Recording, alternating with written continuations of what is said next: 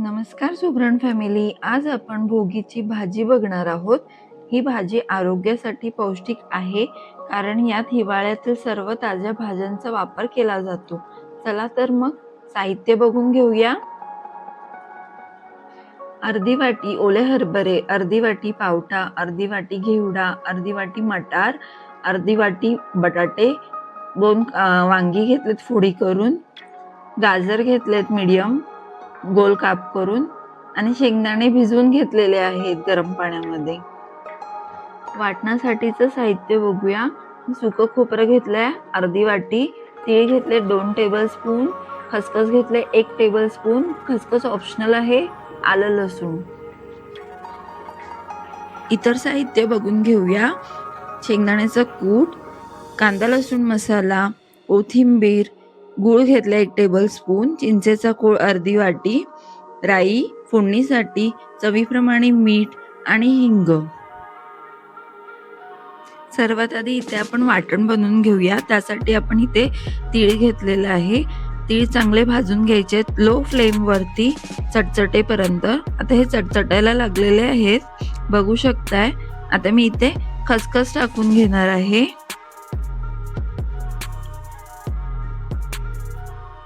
ही पण छान भाजून घ्यायची आहे. भाजून झालेली आहे. आता आपण ह्याला थंड करायला काढून घेऊया. तर इथे पण खोबरं भाजून घ्यायचं आहे. बारीक गॅसवरतीच लालसर रंग येऊपर्यंत छान भाजून घ्यायचं आहे. हे बघा इथे आलेला आहे कलर. आता ह्याला आपण काढून प्लेटमध्ये थंड करून वाटून घेऊया. हे थंड झालेलं मिश्रण मी आता मिक्सरच्या भांड्यात काढून घेते. आलं लसूण टाकायचंय आणि थोडं थोडं पाणी गरज असल्यास पाणी टाकून वाटून घ्यायचंय. ते फोडणीसाठी मी कढईत तेल टाकून घेत आहे. तेल आपल्याला थोडं जास्तीचं लागणार आहे, भाज्या जास्त असल्यामुळे नेहमीपेक्षा. आता इथे मी राई टाकलेली आहे. राई तडतडली की हिंग टाकून घ्यायचंय. आता आपण मसाला जो वाटला होता ते टाकून छान असं परतून घ्यायचं आहे. हे बघा असं छान स्लो फ्लेम वरतीच आपल्याला भाजून घ्यायचंय. आता इथे मी छान असं माझा घरचा कांदा लसूण मसाला टाकणार आहे.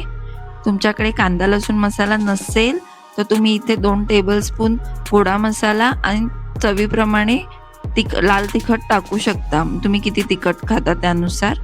आणि छान असं परतून घेतलंय मी. आता ह्या भाज्या घालायच्यात आपल्याला. शेंगदाणे, पावटा, मटार,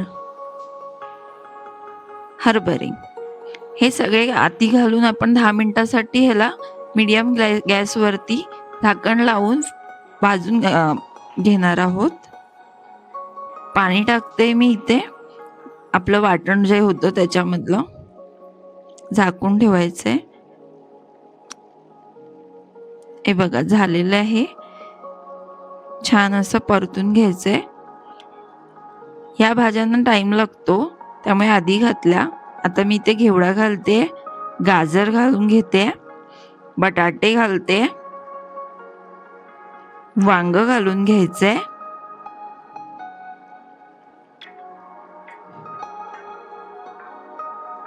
परतून घेऊया. छान मिक्स करून घ्यायचंय.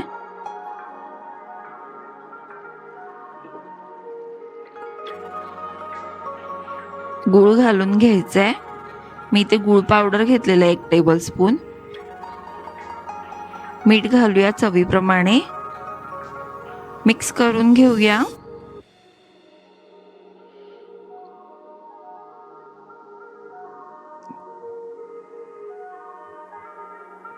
चिंचेचा कोळ घालणार आहे मी इकडे.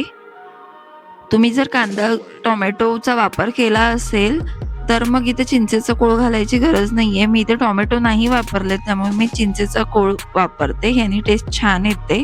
ट्राय करून बघा एकदा. आता आपण इथे गरम पाणी वापरणार आहे. गरम पाण्याने तर्री छान येते, छान कलर येतो आणि भाज्याही पटकन शिजतात. हे बघा काय कलर आलाय, वा. आता ह्याला आपण झाकण लावून एक 5 मिनिटं अजून शिजवून घेऊया मीडियम गॅसवरती. झालेलं आहे.